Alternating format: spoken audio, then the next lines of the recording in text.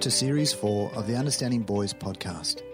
I'd like to begin by acknowledging the traditional owners of the land on which this podcast is recorded, the Boonwurrung people of the Kulin Nation. We pay our respects to leaders past, present and emerging. In this series, we're talking with amazing mums. We ask their tips, advice on how they raise their boys, all the while leading successful and diverse lives. As usual, we ask our questions of what is it to be a good man these days? And if you had a story that you could tell a 14-year-old boy and he'd listen, what would the story be? I'm Dr. Ray Swan, and we're a community of teachers and parents concerned with the education and growth of boys in the modern world.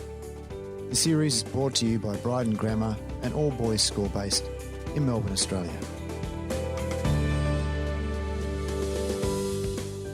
Today we speak with Roshena Campbell.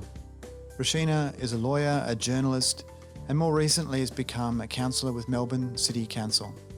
In our conversation, we chat about a whole bunch of really interesting things, from building civic understanding with our boys and children, all the way through to parenting, to dealing with a bit of adolescent angst, and what it means to be a healthy boy in this age.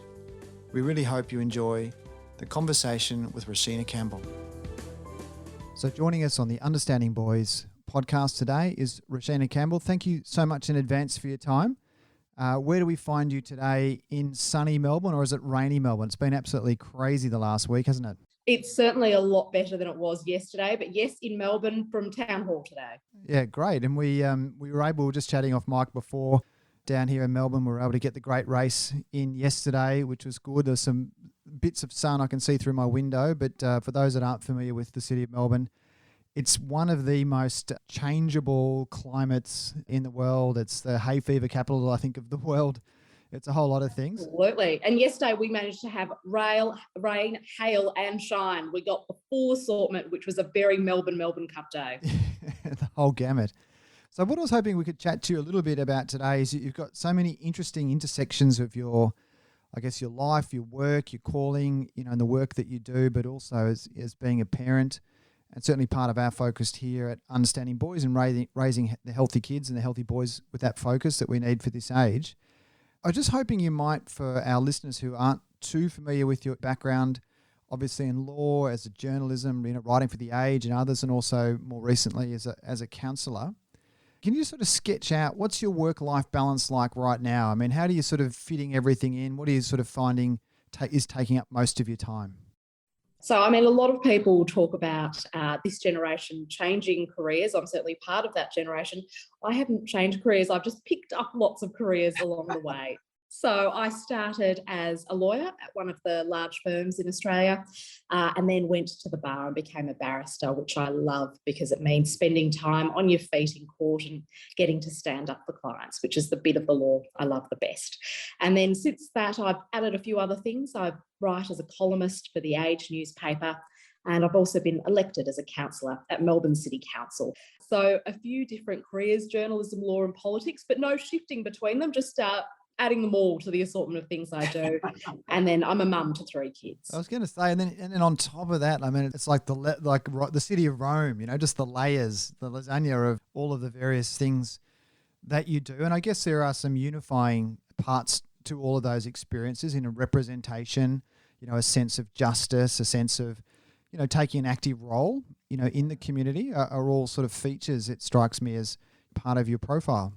Absolutely. And I suppose from a skill set perspective, probably the unifying skill is advocacy. So being a voice for people, in the case of the courts, being that voice that fights for people in a system that a lot of people find really difficult to navigate. And as a councillor, being that voice for small businesses in Melbourne, which have done it really tough after 2 years of lockdowns, and residents. Many of them, they want a better Melbourne. And Melbourne City Council is a bit different to other councils because it's a capital city. So it's also about creating the sort of city that we want Melbourne to be now after COVID, but also creating the right conditions so that Melbourne thrives into the future. So all of that is about being a voice for people and representing their interests, and particularly as a councillor, knowing that often those interests aren't going to be just one set of views and values. It's making sure you listen to all parts of the community so you can be the best voice for them. Yeah, I imagine that's really, really tricky thing to be able to do really well and really successfully, and getting that balance, as a single person in a position of leadership, you've got your constituency and the people that are probably sometimes quite loudly and vocally representing their cases. I mean, what are some of the things that you apply, and perhaps drawing on your legal background, that help you to make good decisions, in the interest of the greater part of the people that you represent? Yeah, so there are obviously lots of aspects to Melbourne City Council. It's the economic engine room of the Victorian economy. So we've got lots of businesses here, and they've got particular needs post-COVID. They want to see the city thriving again. They want to see customers back. A lot of them want to see their workers back. We've got residents who want a really bustling and buzzing city. They've chosen to live in the city or around it because they love the vibrancy and the culture that comes from that. So doing things like running major events, making sure that we're bringing world-class exhibitions to Melbourne, the best sporting events. That's what people want to see, both the people who live in Melbourne and the people who visit it, and also acknowledging sometimes that those views are going to conflict, and you've got to find that balance to make sure that it's a great place to work, live and visit. And, when that conflict happens, it's being really careful in your decision making, making sure that you listen to viewpoints and getting to the underlying issues. A classic example would be people who live in the city might not love it when we have a major event that creates a lot of noise for them. But when you drill down about what it is that might really be upsetting them, it might not be the noise. Often they love it. They've chosen to live in the city. It might be noise that creates antisocial behaviour at night. So what they want to know is they're happy to live in an area that's got bars and theatres and restaurants, but what they don't want is to feel unsafe on the streets when they come home at night. So it's making sure that you're doing things like improving safety at night and not just listening to sort of the top level issue, which might be, there's too much nighttime noise. Often it's not that. There's a deeper concern, and it's taking the time to listen and unpack that.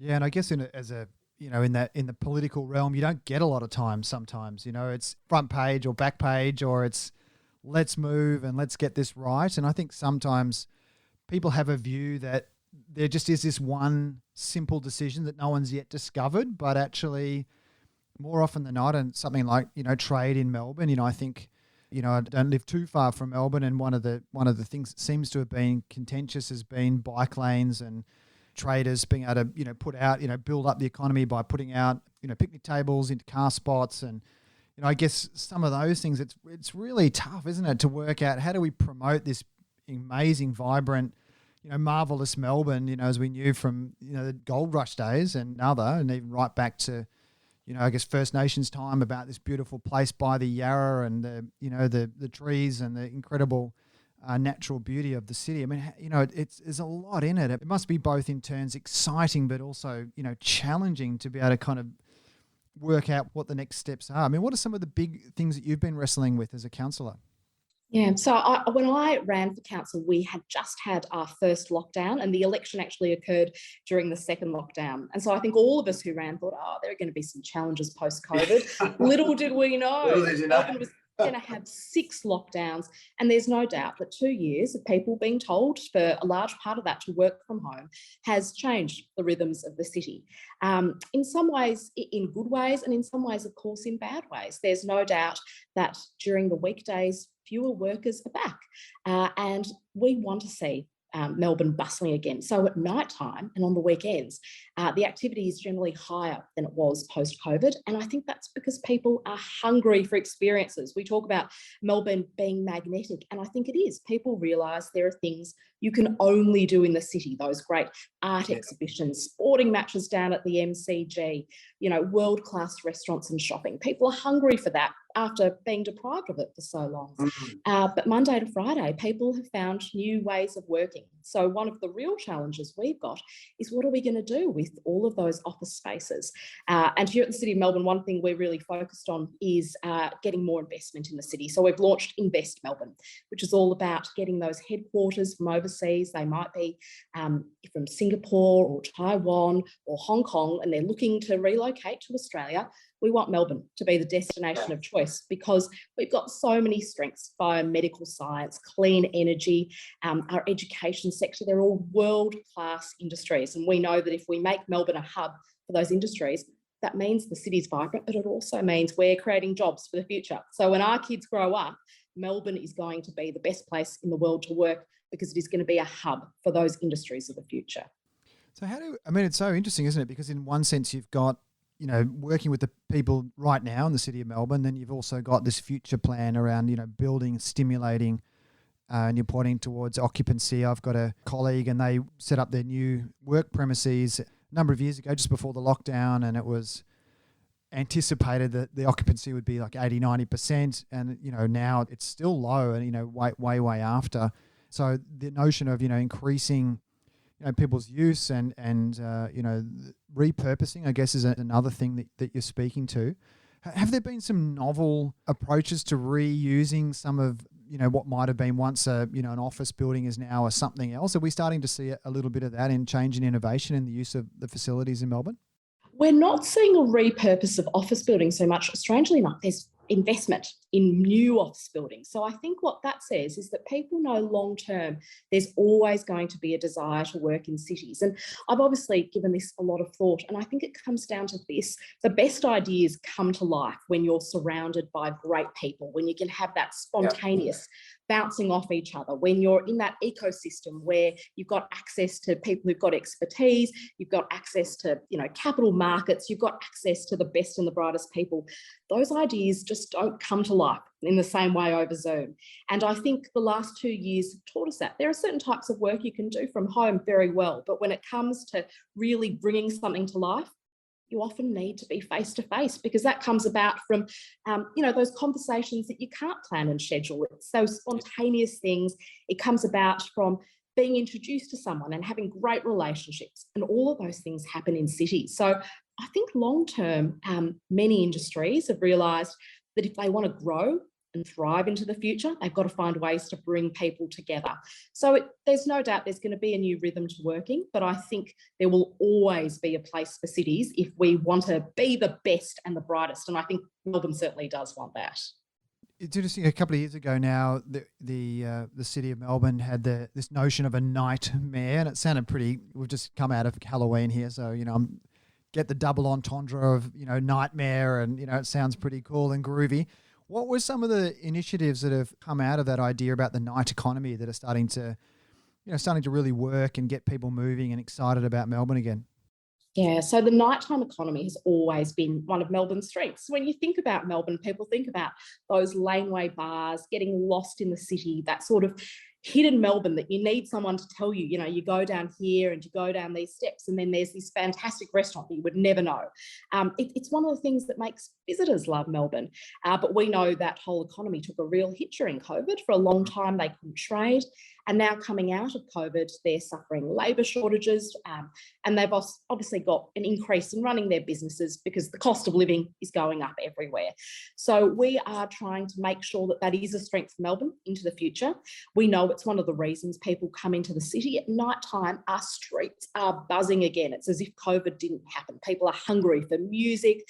They love live entertainment, the best restaurants. And the thing about Melbourne that I don't think you get in many cities around the world is that ability to go from a world's top 50 restaurant to a game at the MCG to the NGV, which is open at night. Those sorts of experiences where you can walk from one to another seamlessly are great. And so it's our job to remind all Victorians about that, because we've spent so much time in our cocoons now. Everyone's found that great cafe they love in their suburbs, or they say, I can find, a great restaurant down on my high street. But it's about remembering how fantastic it can be when you immerse yourself in the world's best culture and dining and come together. It's so easy to, stay under the doona. We've all done it for 2 years. We want people to feel some joy and some spark again, and remind them that Melbourne is one of the few cities in the world where you can do all of that in a day. Yeah, it's so true. I remember coming out of lockdown in 2020 and my wife and I, we went to the Melbourne Symphony Orchestra, and so we caught the tram in and we walked across the bridge, and then we saw this extraordinary musicians playing, and then we went back out and dropped by a bar. Somehow we were lucky enough, because at the time we had to book everything. We were lucky enough to find something, but just seeing that level of excellence in such a short space as you've described, I think is absolutely a part of the Melbourne experience. And I guess for you vocationally, moving from law and journalism and commentary, and you were saying earlier about, that unifying principle of advocacy, and really giving people a quality experience. I mean, that's a fantastic and must be a very rewarding thing for you to be doing with your skills and your training. It's absolutely the most rewarding thing I think I've done. And knowing that you're out there fighting for, artists and musicians who've done it really tough, people who have invested their life savings in starting up a restaurant or, a small business retail in the city. People make huge sacrifice to create lives in the city and to bring the best of the best to Victoria.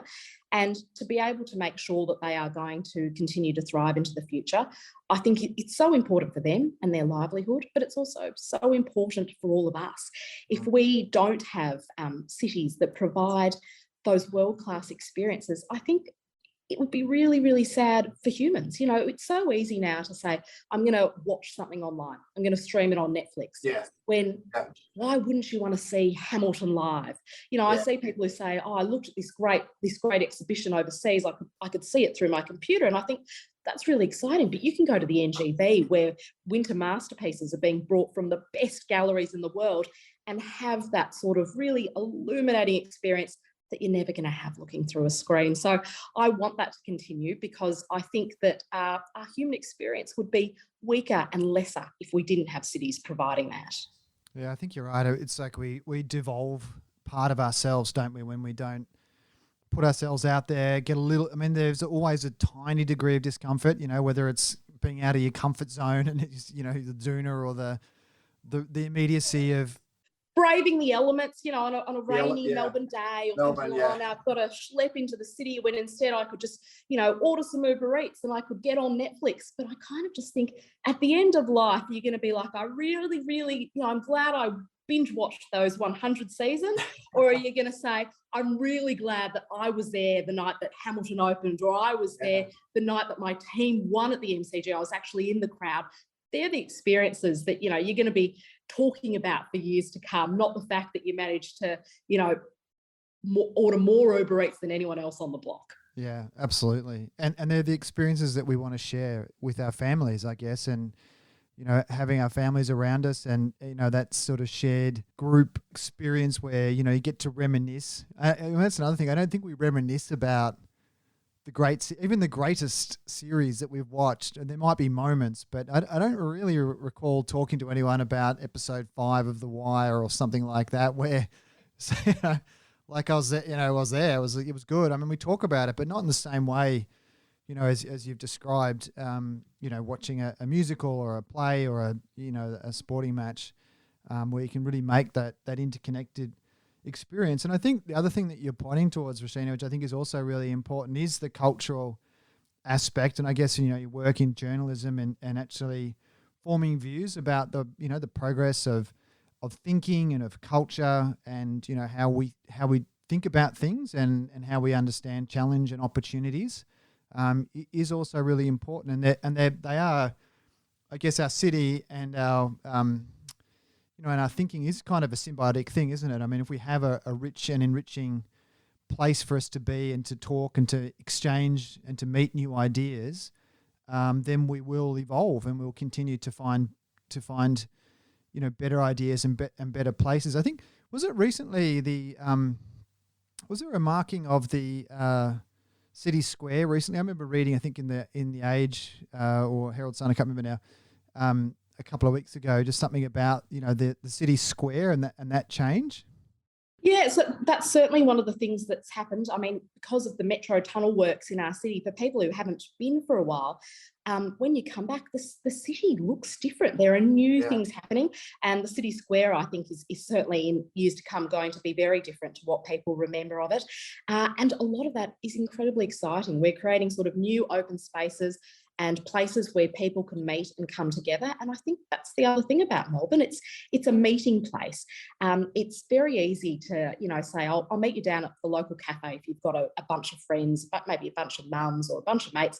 You go to your local cafe or your pub, but you then make your world smaller each time you do that. There's something about coming to the city and saying, let's go to this show together, or let's go to this exhibition together.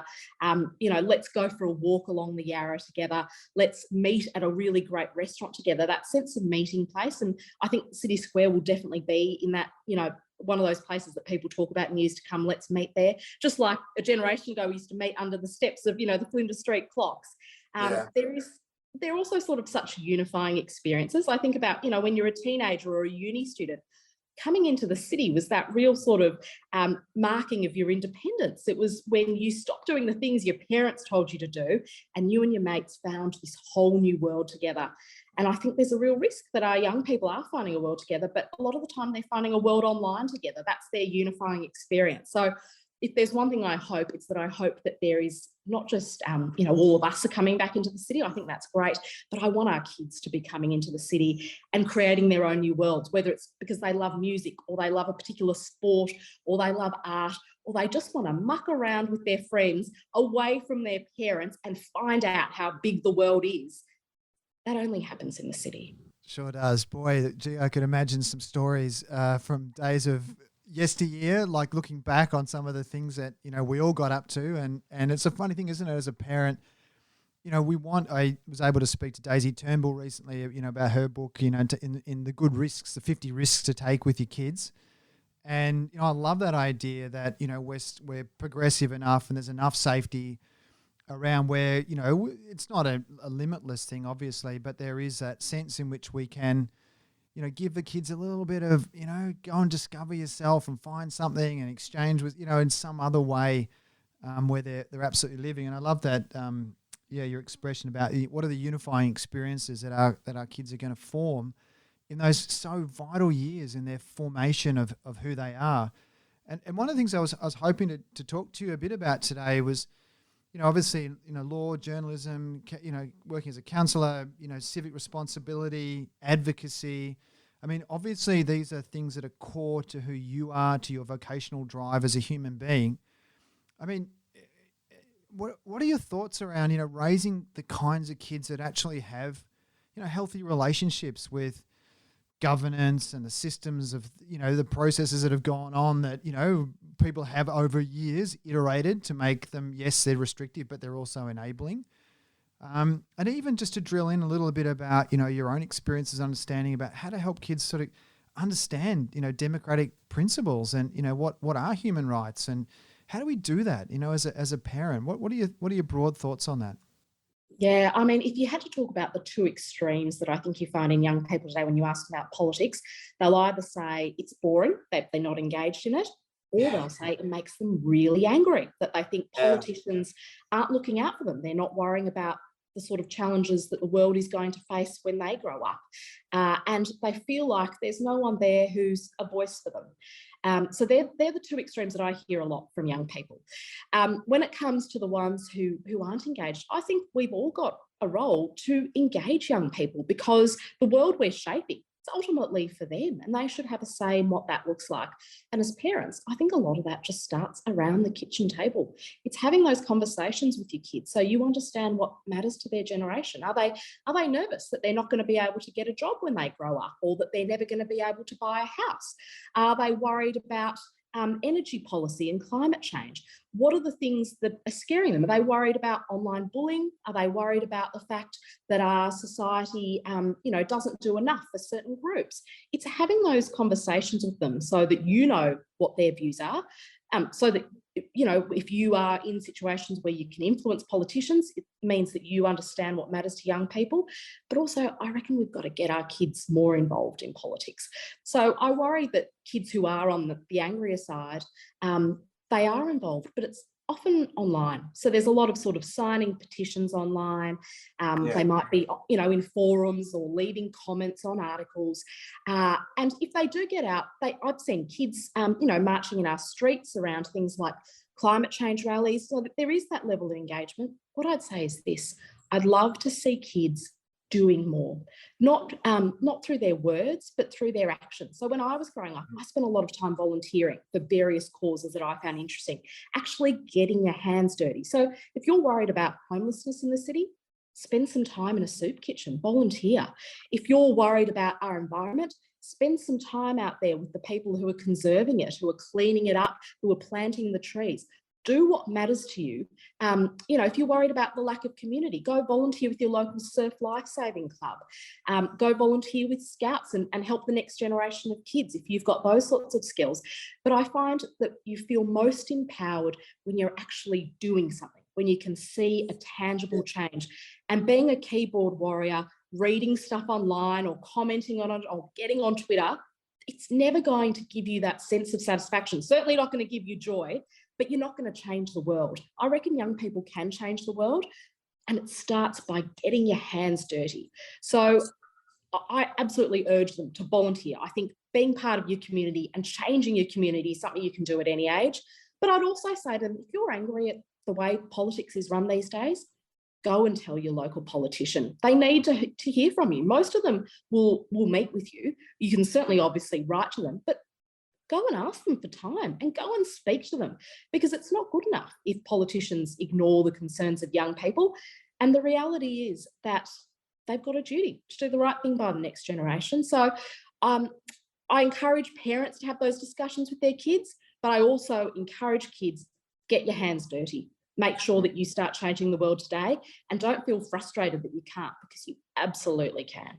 Yeah, I love that. It's a great message. It's a great message of hope. And I just love the idea of just making it, as you were talking, you're talking about, these kind of angry, disengaged, disenfranchised, but actually turning that, like using that anger rather than it just saying, oh, don't be angry, it's fine, or, like shutting it down, saying, great, take that, go. Volunteer, discover, find out. I'll give you a more tangible example. A lot of kids might, for example, say, I'm really worried that we've got, lots of people who are homeless, and that's just not good enough. Why have we let that happen?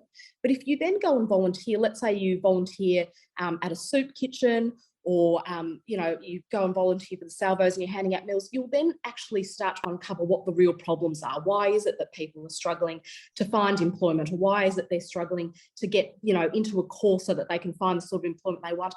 And it's once you've got that understanding, you can actually advocate for them. You can start fighting for them. You can write to your local MP and say, why aren't you doing, more courses so that people who are unemployed can get on the hospitality first rung as their first job? It allows you to actually find those solutions and to advocate for people because you understand their needs. But you're never going to learn that online. If you're angry that you can't buy a home, or you're angry about climate change, go and do the work to understand what the real problem is, and then fight really, really hard.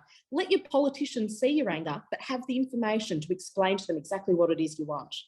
Have you ever had any kids come up to you and ask a bit about representation? I love engaging with young people. So particularly in a council role, a lot of the stuff we do is for young people, whether it's playgrounds for school-age kids, or libraries, or skate parks. All of those things are for young people. And I think there is nothing worse than a bunch of middle-aged people designing these facilities for young people. So if we're designing a swimming pool or a recreation centre, I want to speak to the people who are using it. And sometimes they are really angry. They'll say, there's nowhere in our area that's got a world-class local pool. I want to be an Olympic swimmer.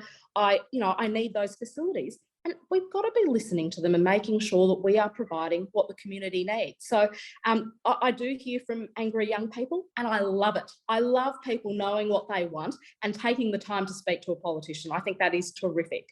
Yeah, it's great, isn't it? And engage, because at the, I guess, leveling down, the next thing about it as a parent and as a, for me, I'm a teacher, I'm an educator. It's actually saying, hang on, engage. Like, that's the principle here. The principle is engage, communicate, actually be involved. It's step into life. It's such a great message for people to hear, particularly of those, those formative years where, anger can lead to dissociation. And we see that so much again in the focus of this podcast in raising healthy boys and young men. We see so many boys and young men dissociating or stepping out or stepping away from things and trying to find that meaning in other more antisocial ways. No one's saying that your anger is not welcome. What people are saying is that it's about using it in a way to connect and understand, and let it be your passion that drives you, rather than it be something that takes away and just breaks everything down. I think it's such a great message. Yeah, and I think a lot of our young people, they're so talented, right? They're amazing at things. They might be great at writing or music or sport. Allowing them to pass that skill on to the next generation of even younger kids, I think is incredibly empowering for them. I don't think there is anything that fulfills you as much as that sense of helping someone else up the next step on the run, right? And we often think that our young people aren't up to doing that. We should be finding the opportunities for them to do that because we want them to lead meaningful, full lives. And if we don't give them the chances to do that, of course, anger and rage is going to become an overwhelming emotion. But I think one of the great outlets to that is knowing that you've helped someone else. It's really hard to be angry if you've seen that as a result of your life, someone else has been helped along on the way. Yeah, it's amazing. I was hoping I could talk to you a little bit about parenting. I know that, you're not set up as a parenting expert, but we just like to chat about it because I think all of us as parents, we find it, unbelievably rewarding, incredibly challenging, heartbreaking, liberating. Why did I ever do this? I mean, there's so many. All in the same hour. Exactly. It's like the Melbourne weather. It's absolutely, it's so true. So, just firstly, the pressing question is, as people that, as a human that leads a busy life, how do you kind of, do you have any, are there any Roshena Campbell, broad brushstrokes of look, guys, here's what I've learned, these are some ways to kind of fit it all together. How do you do it? Look, I wish I had the answers. I don't. I'm still looking for them, but this is what I have found. Nothing matters to your kids as much as your time. You've always got to prioritise that because they remember it. They remember whether you were there. It's not even the big things. It's not even just being there for the concert or, when they won the prize. It's the little stuff. It was the fact you were there that day when they got home from school and they were feeling really crappy and they needed someone to talk to. And you'll know this better than anyone. They often don't blurt it out. It's often that they're really angry for a while, but it's the fact you're there hour after hour that eventually they come and there's that little sort of glimmer of light where they're happy to talk to you. So a lot of it is just about being around. Now that's tough, right? If you're working, it's really hard to find that time. So this is what I do. I outsource the stuff that I don't think matters as much to my family. So I don't think my kids are going to know whether or not I cleaned that floor, right? So I'm happy to outsource that. I get our groceries delivered because I don't think my kids love me anymore because I went to Woolworths as opposed to somebody brought them. The hand-picked carrots from yeah, exactly. I outsource that sort of stuff. Having said that, my kids love going to a market on the weekends with me and maybe baking something together. That they do love. They get a real buzz out of that time and that attention. Some of my kids are really into cooking, so I will spend the time doing that with them. The one thing that's a non-negotiable is sitting around together for a meal. Now, sometimes that's not going to be dinner. Some nights you're going to be working later, but that might mean that maybe you get up earlier that morning and you sit around for breakfast. And you're not always going to have those earth-shattering conversations every meal, but it's about just turning up because when they know you're there, there's that level of trust. Even if they don't speak to you, they know that you are there willing to listen. And I think that's the most important thing. So it's tough. I'm not going to pretend it's not, but it is for me prioritising family time, particularly around the dinner or the breakfast table, and saying, what is it that I can not do? And if it's, I'm not going to make sure the laundry basket is empty today because that doesn't matter as much as sitting around the kids doing a jigsaw puzzle. They're the choices that I make, and they're not going to work for every family, but for mine, that rhythm has provided the balance. Yeah, that's really great. Have you, in your time, have you got some really good advice that you've been given from someone else, like where you've gone, oh yeah, wow. And conversely, have you ever had some advice where you've gone, no, that's just really not, that's just not good? I'll start with the bad advice first, which is that I heard so many times before I had my first kid, and I've now got 3, which is you've got to do this before you have children because you're never going to be able to once you have kids. There are so many people who say, if you want to be a barrister, you've got to do that before you have kids. Or if you want to travel the world, you've got to do that before you have kids because you'll never get the time afterwards. I just think that's nonsense. I think you can have a really full life as a mother or a parent after you've got children, and I actually think it makes your kids' lives fuller. So when it comes to working, my kids often come along and see the things I do, particularly as a counsellor. So if someone said to you, you're never going to be able to run for politics once you have children, I think they're wrong. And I think it's really nice for children to see you challenge yourself and step into something new. You know, our family travels a lot, and a lot of people said, oh, you'll never go overseas again. It's something we love doing as a family. I don't know if, you know, when the kids are 19 or 20, they're going to want to be coming on overseas holidays with us, but we're loving it for now. So what I would say is don't be scared. You know, some people say, well, you can't have a third child, you can't have a fourth child because then you'll never be able to do X, Y, Z. You'll make it work. If it matters to you and your family, it's always going to be possible. There's nothing you've got to rule out. So I know some people sort of have that dividing line in their lives between before and after children. For me, life just gets bigger and fuller and better because you've got these little people to share it with, and they bring an enthusiasm and an energy and a different viewpoint, which I love. I think it makes me a better lawyer and journalist and counsellor having them in my life. When it comes to the good advice, it has to be that it takes a village. So people always say this they say it particularly to mothers, but they say it to parents. You can't raise children without a village. I think that's true. I've been so lucky that we have amazing grandparents. My parents fill in all of the gaps. There've been so many times where I've said, I'm stuck in court or I've got to meet this witness, and they never hesitate, and I will never be able to repay them for that. But I know lots of people don't have that family village. And there are many different ways you can construct a village.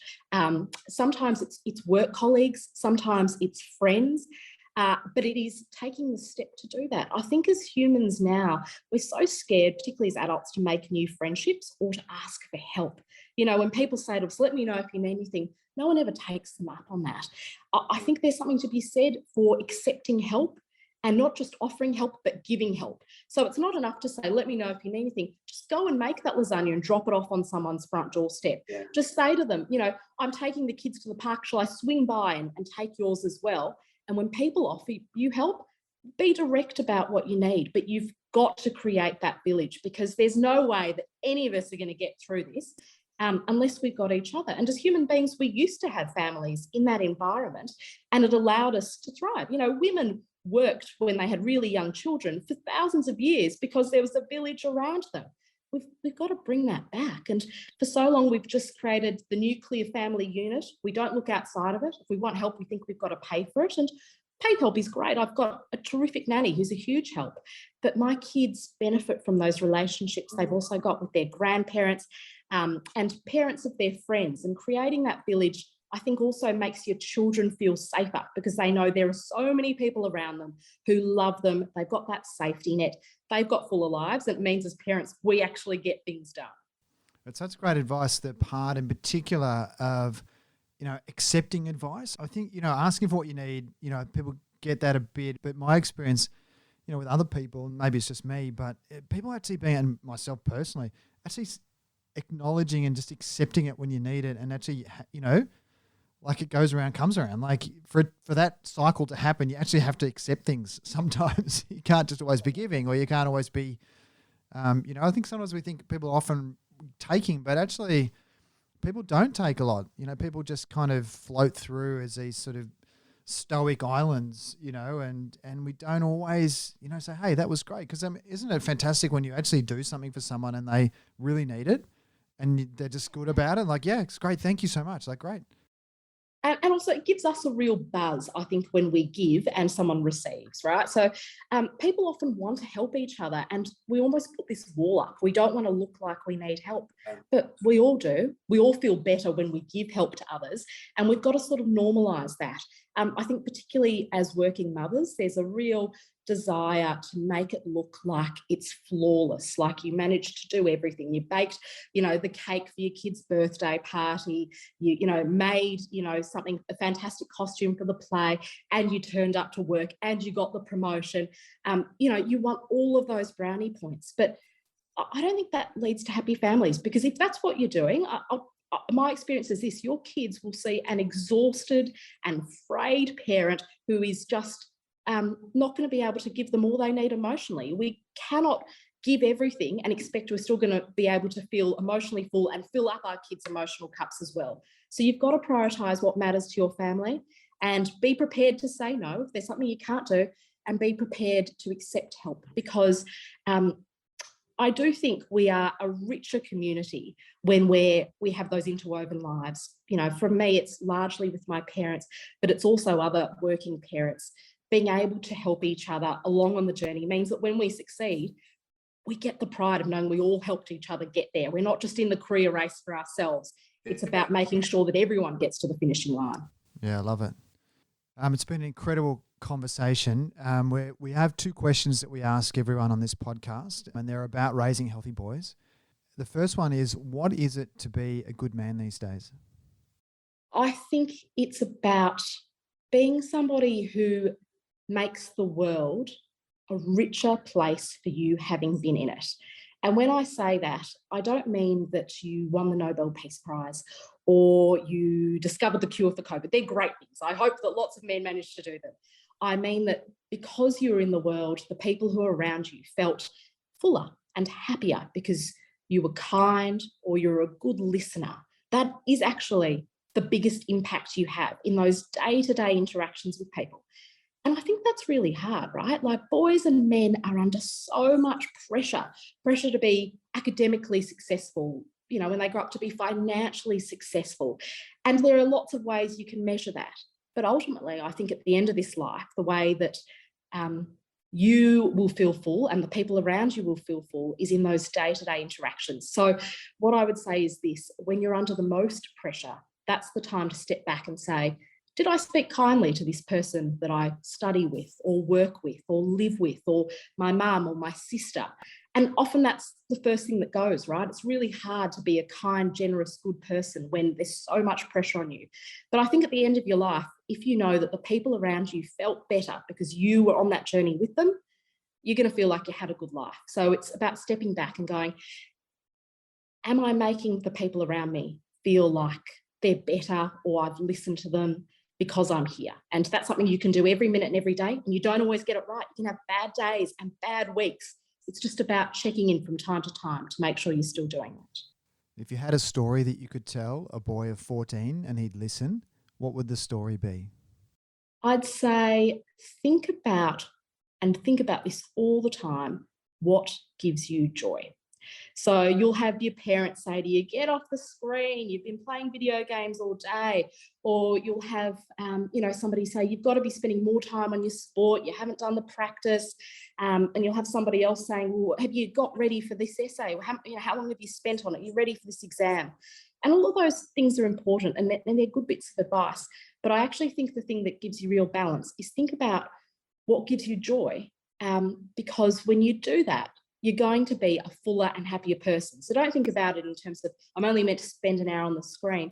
Think about it, just spending 7 hours on the screen and staying up all night looking at, does that actually give me joy? Am I actually feeling happier? Or that mate who's kind of mean to me sometimes is always saying stuff, does he actually give me joy? And have the courage to step away from the things that don't.